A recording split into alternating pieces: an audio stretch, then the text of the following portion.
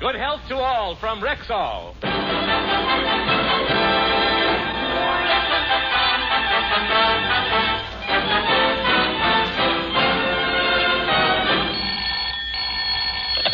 Hello, Rexall Drug Program. Gary Moore speaking. Hello, Gary. This is Jimmy. Jimmy Durante, where are you? I'm trying to get to the studio on time.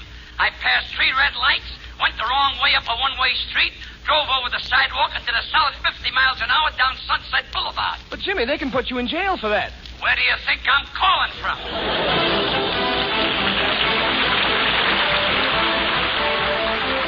Yes, from Hollywood, it's the nose and the haircut. Jimmy Durante and Gary Moore, with Suzanne Ellers, Roy Borge and his orchestra, and yours truly, Howard Petrie. Brought to you by 10,000 Rexall drugstores, who carry the complete line of top-quality Rexall drug products. Ladies and gentlemen, next Thursday is Thanksgiving, a holiday started by the Pilgrims who gave thanks when they landed on Plymouth Rock. But now we bring you a young man who would give thanks if he could just land an old Plymouth. And here he is, Gary Moore. Thank you.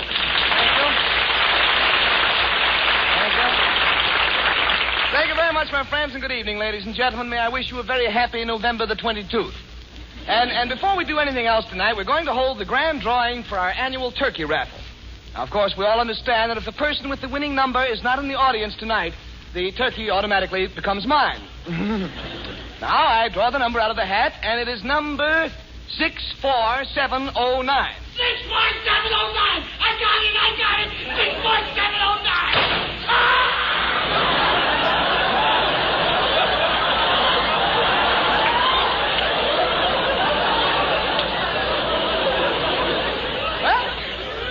Well, better luck next year. Now, getting on with the program here, excuse me.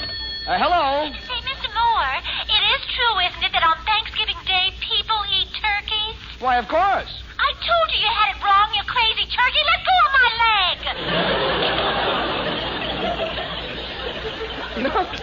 You know I'm going to have that telephone taken out of here? Last night I got a call at 3 o'clock in the morning, and a voice said, "Pardon me, what radio program are you listening to?" I said, "Radio program? I'm sound asleep." She said, "Oh, the Durante Moore Show, eh?" Personally, I considered that very, very rude. I did. Well, Gary, it seems to me that nobody is as courteous nowadays as they used to be. What? Why, Suzanne Ellers. Bless your little Emily Post. And I agree with you, too, Suzanne. You know, in the old days, if a gentleman was walking along with a lady and they came to a mud puddle, right away he'd take off the coat and spread it over the puddle. And after the lady walked across, she'd say, Thank you, Herman, but next time let's use your coat. It was a beautiful, beautiful thing. Gary, why don't you give the folks a few pointers on etiquette? Well, let's take what we were just talking about here, walking on the sidewalk. Now, when walking to a football game, the gentleman always walks 2.5 paces behind his mother-in-law. Well, why 2.5 paces? In football, that's the regulation distance for a place kick. And you know, Suzanne, ladies can be pretty rude sometimes, too, especially when they keep people waiting on streetcars while they rummage through their purses. Well, don't look at me, Gary. My purse is never crowded. It isn't, huh? Let me peek into your purse here for a minute. Now, a bag of marbles, an electric toaster, your boyfriend's picture, your boyfriend. And my goodness, Suzanne, what is this? Gee whiz. You know, those helicopters can take off from any place, can't they? Well, maybe etiquette isn't too necessary anyway. But besides, here's the guy who proves my point, Jimmy Durante, in person.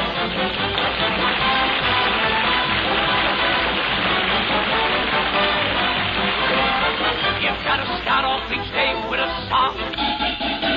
Now, even when things go wrong, you'll feel better, you'll even look better.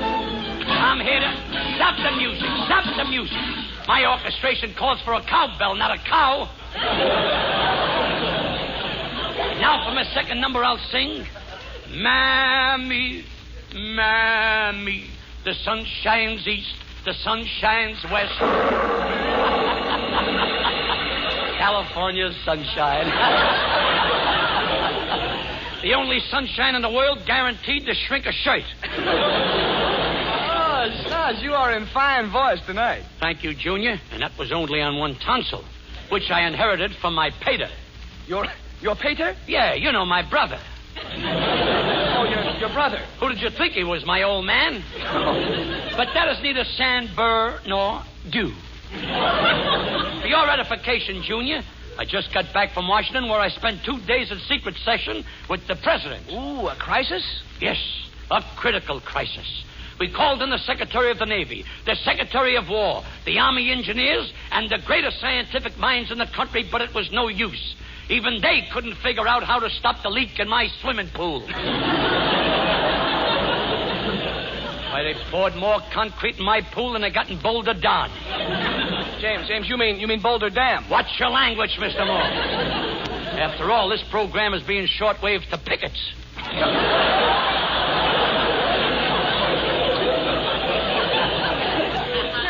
Is that why you went down to Washington to discuss your swimming pool? Not exactly. Mr. Truman had a few problems of his own. Oh. When I arrived, he was putting an oil burner in the basement, a wood burner in the kitchen, an electric heater in the bedroom, and a gas heater in the bathroom. Well, what's the idea of all that? Harriet's going to be warm this winter no matter what John L. Lewis does.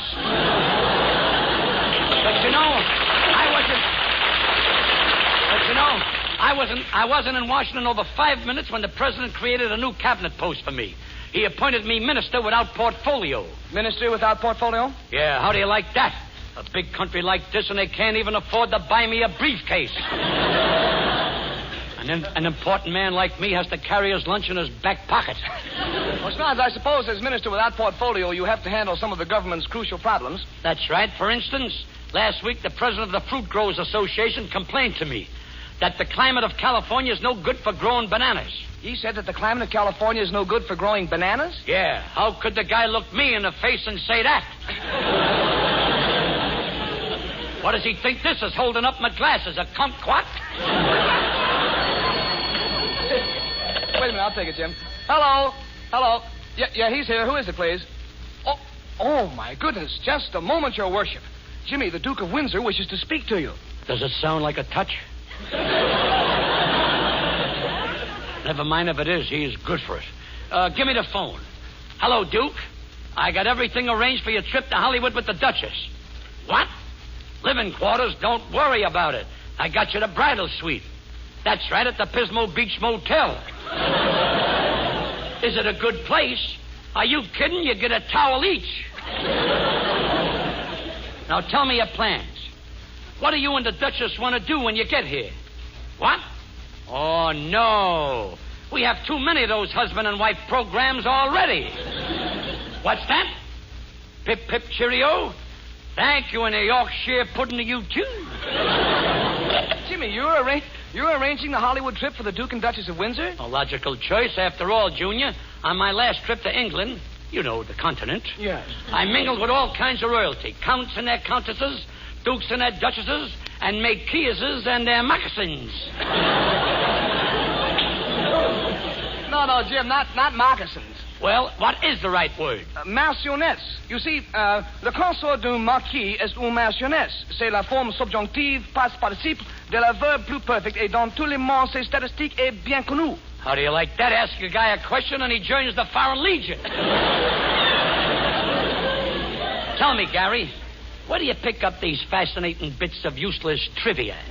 In the Encyclopedia Britannica, Jimmy. It's a wonderful book. Haven't you ever read it? No. I'm waiting for them to make a picture out of it. But, Junior, I got a million of them. But, Junior, where'd you see the banquet I'm planning for the Duke and Duchess? 15 pheasants, 25 venisons, 30 grouse, 50 grouse, and a gross of grease. Grease is the feminine of grouse. Following that, a mongoose on the half shell, and as my piece de resistance, curry of Tootsie Roll. But there's one thing that worries me about the banquet, Junior. What do you do with the olive pits? Do you swallow them or do you hold them in your mouth until you get home? Jim, there's only one thing to do with olive pits. You take them in your hand, and when no one is looking, you quietly sneak them into the cuff of your trousers. But suppose it's a formal affair and I'm wearing knickers. Wait a minute, Junior, I've got it. I know what I'll do. I'll hold the olive pits in my right hand, and when the Duke shakes hands with me to say good night, yes, I let go. Oh, wait a minute, Jim. Are you sure you're the right man for this job? Don't worry about me, Junior. Why, I've mingled with nobility all my life. The last time I was in England, the king wanted to make me Knight of the Garter, and the queen wanted to make me Knight of the Bath. Naturally, I refused. Jimmy, the king wanted to make you Knight of the Garter, and the queen wanted to make you Knight of the Bath, and you refused? Yeah, I didn't mind putting on his garter, but a guy's got to draw the line somewhere. Now you know that you can't go wrong. Why is your collar big song?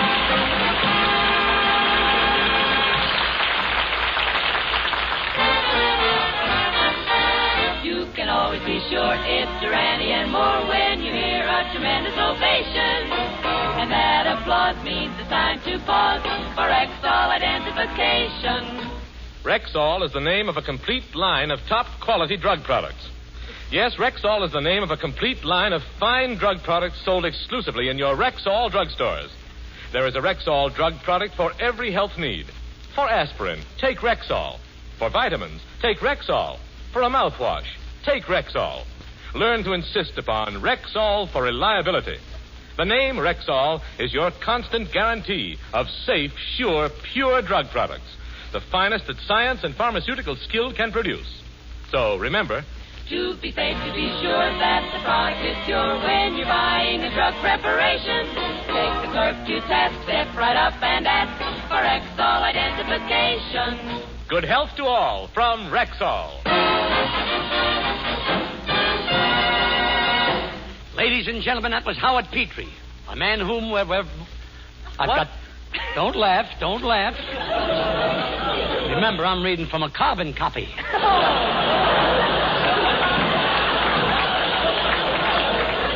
Ladies and gentlemen, that was Howard Petrie, a man of whom we're very proud because of his famous uncle. We all know that Thomas Edison invented the electric light, but Mr. Petrie's uncle is the one who showed him how to turn it off. Wait a minute, Jimmy. Can you prove that? I sure can. Here's a picture of him right in front of the town tavern. And he's out like a light. Well, I've never been one to look down my nose at other people's inventions, Jim, but I should just like to call attention to one of my own ancestors, Casanova Moore, a man who invented a device that has since become the very backbone of our social civilization.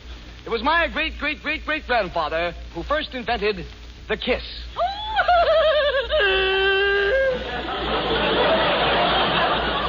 No sense in your hanging around, madam. My uncle's been dead 200 years.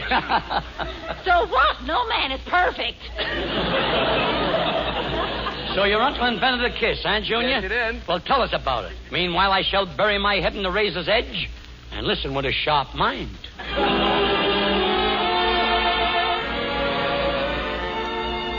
Well, friends, my uncle, Casanova Moore, was born in England in the year 1525. And up till that time, the kiss had never been thought of. In order to show their love in those days, couples engaged in a form of affection called dipple-dipling. Now, to dipple-dipe, a man put his arm around his girl, gently stroked her lovely hair, looked tenderly into her eyes, and slapped her in the face with a wet herring. Yes, every night my uncle's sweetheart would raise her little face to his and say, Oh, Casanova, before you leave me, give me just one more dipple-dive. Very well, my dearest. Oh, Casanova, the boneless kind.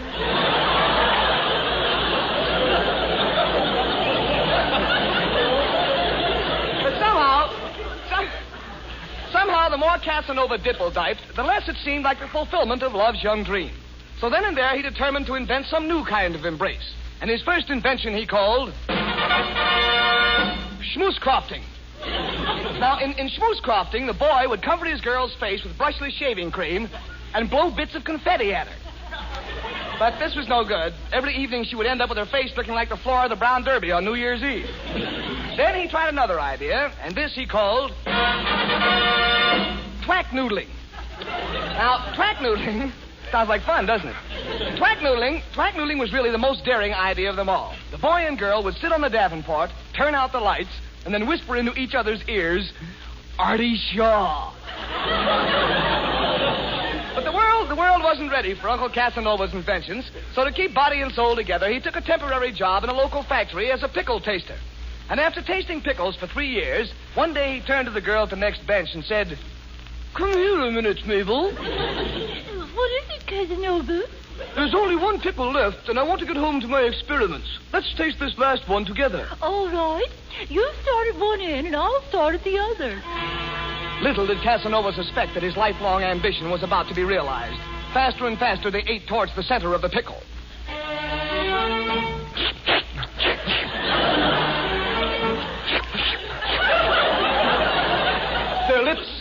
came closer and closer until finally Casanova bit past his half and...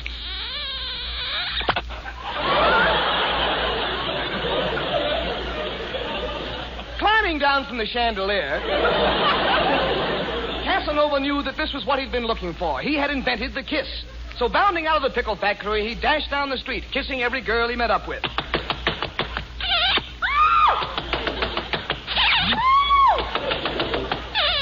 Yeah, are you sure you got the right party?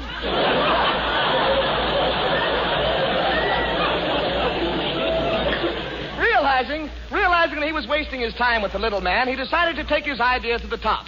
So he called on the King of England, Henry VIII. Confronting him, he said, "Your Majesty, you don't look well. What's the trouble?" I'm feeling mighty low.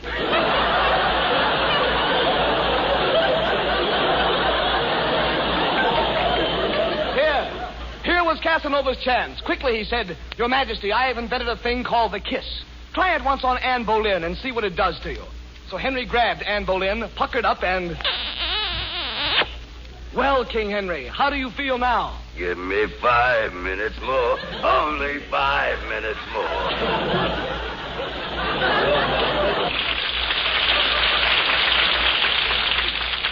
And so, with King Henry VIII's endorsement, the kiss took its rightful place in the English way of living. And I am proud to say that I have inherited my uncle's proficiency in the art. But just the other day, as I was walking down the street, a man looked at me, and I distinctly heard him say, Boy, get a load of that kisser.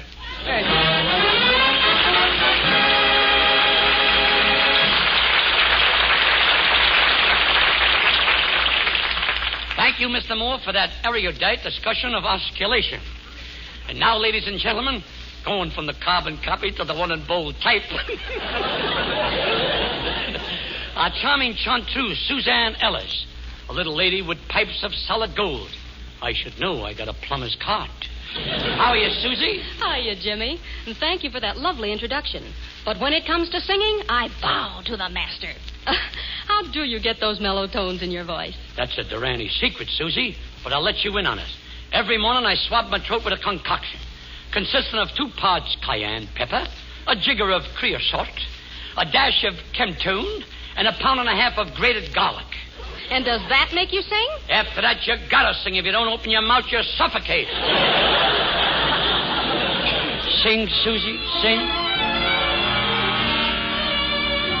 For you, for me, forevermore, it's bound to be forevermore. It's plain to see we found by finding each other the love we waited for. I'm yours, you're mine, and in our hearts the happy ending starts. What a lovely world this world will be, with a world of love in store. For you, for me, forevermore. I'm yours, you're mine, and in our hearts the happy ending starts. What a lovely world this world will be, with a world of love in store. For you, for me,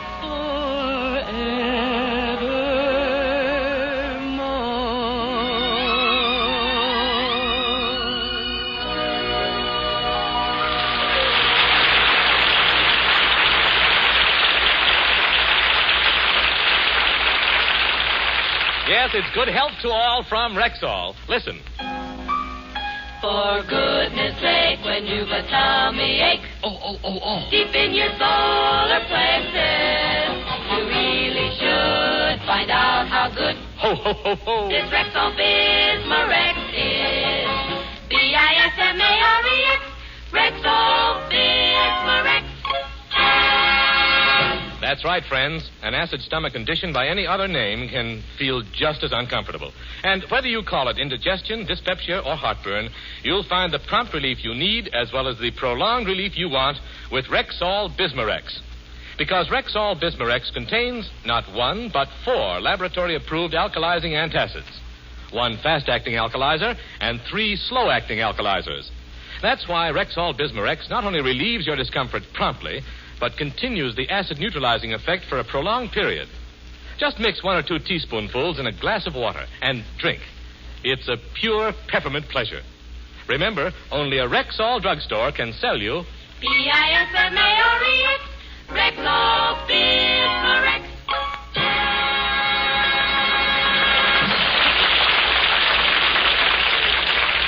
And now, ladies and gentlemen, in accordance with time-honored custom, we present our special Thanksgiving opera as performed by that magnificent vocal group, the Durante and Moore, G-Clef, Coffee Clatch, and Culture Choir. In this opera, ladies and gentlemen, I sing for 2 consecutive hours without taking a breath. Oh, now, wait, how can you sing for 2 hours without taking a breath? Storage tank in my nose. Well, in any event, in this Thanksgiving opera, friends, Mr. Durante will appear as Miles Standish, and I shall play the part of John Alden. Oh, yes. He was the fellow who made all the speeches and ended up with nothing. That's right, sort of an early-day Democrat. Yes. Now, the part of the Republicans here. Now, the part of the lovely Priscilla will be played by our gal, Suzanne Ellers, and the special choral effects, as always, will be sung by our announcer, Mr. Howard Petrie. Oh, James Melton would just hate me for this.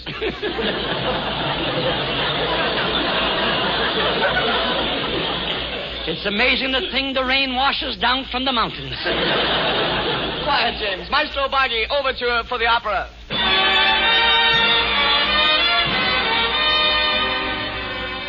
Our opera tonight deals with one of the greatest love stories ever told. The story of Captain Miles Standish, John Alden, and the lovely Priscilla.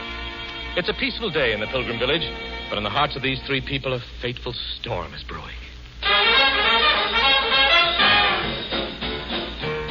Oh, I'm the captain, and my name is Standish. My manners are good, but my face is outlandish. But in spite of my appearance, I'm a mighty big fella. You can tell he's important by the size of his smeller. That's me. That's him. That's me. That's him. And I'm John Alden. I'm Standish's pal. I'm the romantic target of every Pilgrim gal. You can tell by my face I'm an early-day Sinatra. Except for his haircut, and that ain't so hotra. Tis too. Tis not. Tis too. Tis not. And I am the heroine. My name is Priscilla. You can tell by my figure I'm a real killer diller. I just passed 21, and that is a fact. Just past 21. She must have passed it coming back. Did Did not. Hot cha, hot cha, hot cha, hot cha. Listen, John Alden, since you're my pal, I'll tell you right now, I'm in love with that gal. Her skin is like a peach, on that you can bet. Yes, just like a peach. Sort of fuzzy and wet. Tis not. Tis too. Tis not. It is too. I loves the gal. And here's what I'm going to do. I'm leaving the proposing up to you. You're leaving it to me. Well, aren't you taking a chance? You double-cross me, Budden, he'll have to take you to the nearest hospital and operate 40 times and remove the lead from your pants. Uh-oh. Get her going. Uh-oh. Get her going. Hot cha, hot cha, hot cha, hot cha.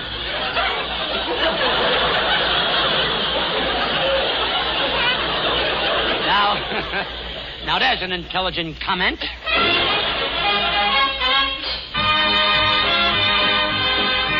And so we find John Alden Moore in Priscilla's living room as Miles Standish Durante listens through an open window. Oh, Priscilla, Priscilla, my pretty little dove. I've come to your cabin for to speak of love. Now, I know that you're bashful and you're shy by heck. Who's bashful, Bud? Come on, let's neck. Wait a minute. What are you doing? He's getting hot and I'm standing here stewing. Oh, speak for yourself, John. Don't be dull. If he speaks for himself, I'll fracture his skull. Now, wait. Come on, John. Now, wait. Come on, John. Oh, Priscilla, Priscilla, my shy little elf. I'm a speaking of love, yeah, but not for myself. Captain Miles Standish is the man for you. Captain Standish? How do you do? Madam, I'm making my plea. I'm getting right down on my bended knee. I've got a soft feeling that's making me mellow. Oh, get up, Miles. You're kneeling in her jello. Hot cha, hot cha, hot cha, hot cha. There must be some place he could go to be alone. Now tell us, Priscilla, what's your decision? Would you rather be mine or would you rather be his? I'm as strong as the wizard from the land of Oz. Yeah, but most of your strength has gone to your schnoz. Has nothing. Has to? Has nothing. Has to. On the other hand, Prissy, if you want to be shrewd, you'll marry with me, because I'm a Hollywood dude. I wear perfume just like Hetty or Veronica. It smells like low tide at Santa Monica. Let's do. Hot shot! Hot shot! Hot shot! Hot shot! I'll bet he has fun just tying his laces. I'll tell you, boys, I love you like a mother, but I've already given my heart to another. You're in love with another? Who can it be? Don't be silly. She's marrying me. Oh, no. Oh, yes. Oh, no. Oh, yes. She's marrying you. Can that be a fact? Everybody wants to get into the act. But you're not good looking, and you've got no dough. What did you say that made her love you so? I said hot shot! Hot shot! Hot shot! Hot shot! Him and his big fat education.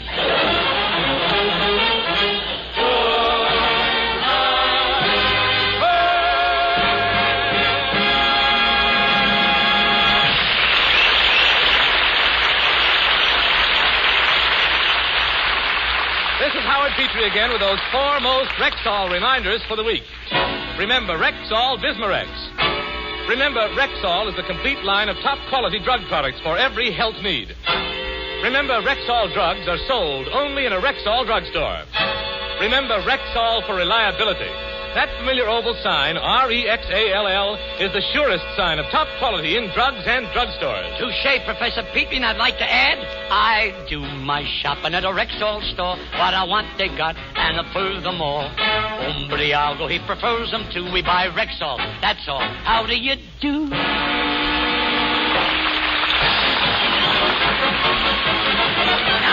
be with you when we're far away. When we're, let me hear that high note, maestro. What a note. I know the finality, Mr. Durante. Know the conclusion, Mr. Moore. Yeah, Jim, I guess that just about wraps up the tinfoil on tonight's little package. Say, would you care to join me at Ciro's now in a little game of fumbling for the check? No, thanks, Junior. I've met my master. But if it's a little snack you want, come over to my house. Why, it's common gossip that I brew the best coffee in Beverly Hills. You do, huh? Oh, yes.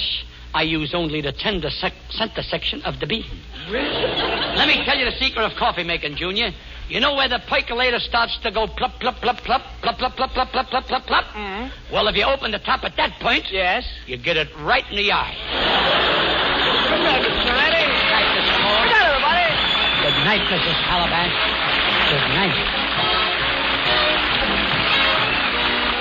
Well, Rexall for tonight, folks. So goodbye now for Suzanne Ellers, Roy Bargy and his orchestra, yours truly, Howard Petrie. And Jimmy Durante. And Gary Moore in person.